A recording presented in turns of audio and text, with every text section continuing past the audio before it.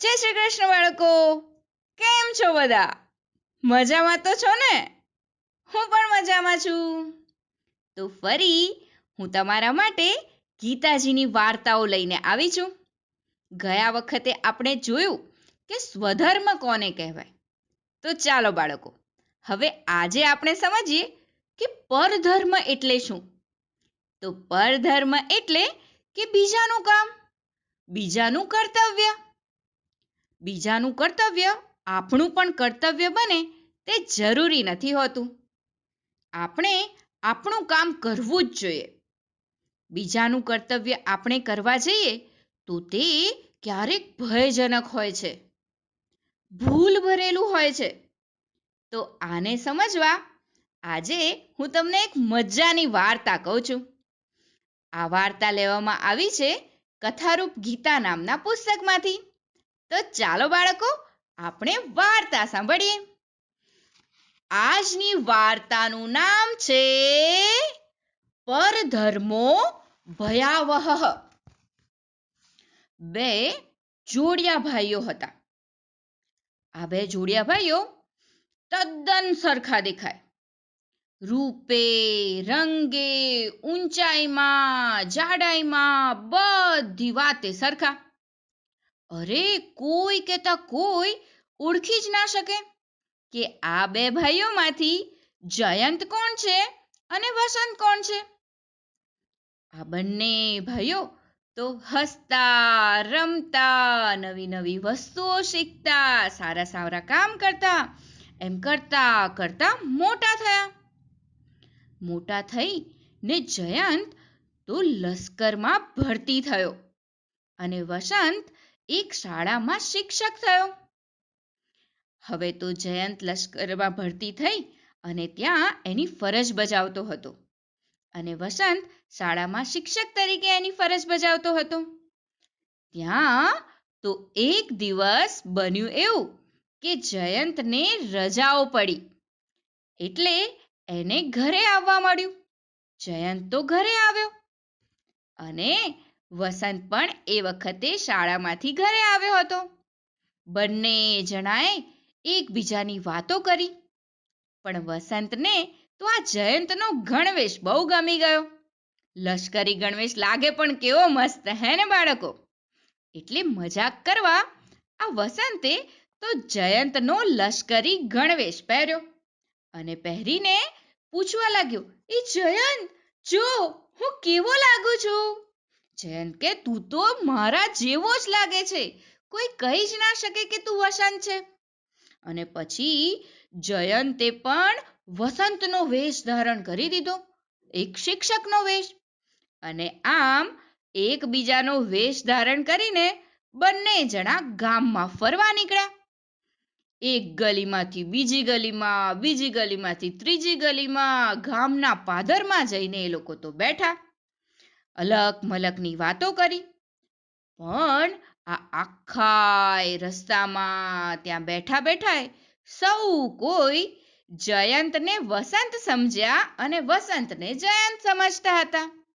કારણ કે બંને જણા જોડિયા ભાઈઓ હતા, એકદમ સરખા દેખાતા હતા. એટલે કોઈ ઓળખી જ ના શક્યું કે સાચો જયંત કોણ છે અને સાચો વસંત કોણ છે. આ બનાવ પછી બંનેના મનમાં એક મજાક સૂજી અને એ મજાની કલ્પનાને એમને વાસ્તવિકતામાં રૂપાંતર કર્યું. એટલે પછી એ બંને ભેગા થઈને નક્કી કર્યું કે હવે વસંત જયંત બનીને થોડા દિવસ લશ્કરમાં જાય અને જયંત વસંત બનીને શાળામાં જઈને ભણાવે. તો કેવી મજા આવે, કોઈને ખબર જ નહીં પડે કે કોણ જયંત ને કોણ વસંત છે. અને આમ નક્કી કરીને બંને જણાએ એક પ્રમાણે કરવાનું ચાલુ કરી દીધું.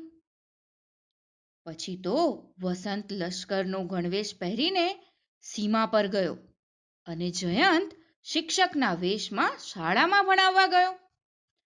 જયંત તો લશ્કરની કડક શિસ્તમાં ઉછરેલો, ત્યાંના કડક નિયમોનું પાલન કરેલું અને એ પ્રમાણે જ રહેતો હતો. શાળામાં જઈને પહેલા જ દિવસે એણે તો છોકરા અને છોકરીઓનો ત્રાસ કરી મૂક્યો. શિસ્ત માટે એ લોકો પાસે કડક પાલન કરાવ્યું. તે તો ક્ષમા જેવું પણ કંઈક હોય એ વિશે કંઈ સમજતો જ નહોતો ને. તે તો સહનશીલ પણ નહોતો. તેણે છોકરા છોકરીઓને સખત સજા કરી. અરે, એટલી સજા કરી કે વાલીઓ આચાર્યને ફરિયાદ કરવા આવ્યા. આચાર્ય વિચારવા લાગ્યા, અરે, વસંત ક્યારે આવું વર્તન તો કરતો નહીં, તો પછી આજે અચાનક એના વર્તનમાં આટલો ફેરફાર કેમ આવ્યો? લાવ, મને વસંતને જ મળીને વાત કરવા દે. અને પછી આચાર્યએ તો વસંતને બોલાવ્યો અને કહ્યું, અરે વસંતભાઈ, તમને શું થઈ ગયું છે? તમારી તબિયત તો સારી છે ને? ઘરમાં બધું બરાબર છે ને? તમે પહેલા આવું તો વર્તન નહોતા કરતા. વાલીઓની ફરિયાદ પર ફરિયાદ આવે છે. કેમ આવું થઈ રહ્યું છે? હવે બન્યું એવું હતું ને બાળકો, કે વસંત જયંત છે એવું આચાર્યને પણ ખબર નહોતી પડી. એટલે આચાર્ય પણ આ વસંત જ છે એમ સમજતા હતા. આચાર્યની આ વાતથી જયંત ખૂબ દુઃખી થયો અને એ ઘરે પાછો આવી ગયો. અને આ બીજી તરફ વસંત લશ્કરમાં ગયો હતો ને, ત્યાં લશ્કરી અધિકારીઓએ તેની નિમણૂક સીમા પર કરી દીધી. ત્યારે શત્રુના કેટલાક સૈનિકો ગોળીઓ ચલાવતા ચલાવતા આપણી સરહદમાં ઘૂસી ગયા. બંને વચ્ચે બરાબરનું યુદ્ધ ચાલ્યું અને એમાં વસંતે અમુક સૈનિકોને પકડી પાડ્યા. પછી વસંતે તો એમને પકડ્યા અને એમને કહ્યું, અરે, આમ શું કરો છો? આવું વર્તન કરવું એ જરાય સારી વાત નથી. જાઓ, ચલો, જાઓ, પાછા જાઓ. અરે, જો તમે આમ કરો છો ને તો પછી મને ગુસ્સો આવે છે. હા, હું ગુસ્સે થઈ જઈશ. સાવ મૂરખ જેવા છો તમે. તમને ખબર નથી આ મારા હાથમાં શું છે? અરે, બંદૂક છે, બંદૂક. જો બંદૂકની ગોળી મારીશ ને તો મરી જશો. જાઓ અહીંથી, જાઓ પાછા. ફરી આવું કરશો નહીં, હા? કહી દઉં છું તમને. અને આમ પેલા શત્રુના સૈનિકોને સમજાવીને વસંતે તો પાછા મોકલી દીધા. આ જોઈ ને લશ્કરી અધિકારી તો ખૂબ ગુસ્સે ભરાયો. તેમણે કહ્યું, અરે જયંતભાઈ, શત્રુ ઘૂસણખોર હતો. આપણી સરહદની અંદર ઘૂસી આવ્યો હતો ને તમે એને ગોળીએ ઠાર કેમ નહીં કર્યો? શત્રુ સાથે આવી ભાષામાં કોઈ બોલે ખરું? પહેલા તો તમારું વર્તન આવું ન હતું. હવે અચાનક તમને શું થઈ ગયું છે? તમારી તબિયત તો બરાબર છે ને? ત્યાં તો વસંત બોલવા લાગ્યો, અરે સાહેબ, માણસ છે માણસ, થાય ભૂલ કોઈ વાર. કેટલીક વાર સમજાવવું પણ પડે. હવે તેઓ પાછા નહીં આવે. મેં તેમને કહી દીધું છે. આ સરહદ છે, સરહદ. અહીં તેમણે ન આવવું. અને તેઓ પણ માની ગયા છે સાહેબ. હવે આવું નહીં કરે એ લોકો. આ સાંભળીને અધિકારી તો અવાક રહી ગયો. એમને થયું, જરૂર આ જયંતને કંઈક પ્રોબ્લેમ લાગે છે, કંઈક તકલીફ લાગે છે. એટલે એમણે વસંતને કહ્યું કે જા, તું તારી ઘરે જા અને થોડો આરામ કરીને ફરી પાછો આવજે. આ સાંભળીને વસંત તો પાછો એના બિસ્તરા પોટલા લઈને ઘરે આવ્યો. ત્યાં જુએ છે તો જયંત એની રાહ જોતો ઘરે જ બેઠો હતો.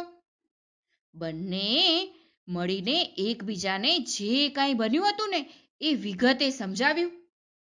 અને પછી બંને જણા સમજી ગયા કે આપણે આપણો ધર્મ જાતે જ નિભાવવો પડે. આપણું કર્તવ્ય બીજાનું કર્તવ્ય ના હોઈ શકે. આવી મજાક ક્યારેય કરવી ના જોઈએ. પોતાનું કામ પોતે જ કરવું જોઈએ. અને પછી ત્યારથી આ જયંત અને વસંત પોતપોતાના કર્તવ્ય ઉપર લાગી પડ્યા, પોતાની ફરજ બજાવવા. અને પછી તો બંને જણાએ ખૂબ સારી રીતે પોતાનું કર્તવ્ય નિભાવ્યું. વાર્તા થઈ ગઈ પૂરી, બાળકોને મજા પડી.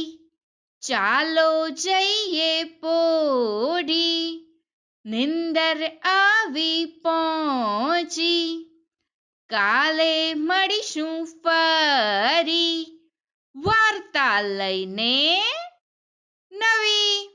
તો ચાલો બાળકો, આજનો પ્રશ્ન સાંભળીએ. ગીતાજીના પહેલા અધ્યાયનું નામ શું છે? તો ચાલો બાળકો, આ પ્રશ્નનો જવાબ તમે મને ફટાફટ મોકલાવજો. હું તમારા જવાબની રાહ જોઈશ. આવજો બાળકો. જય શ્રી કૃષ્ણ. નમો નમઃ.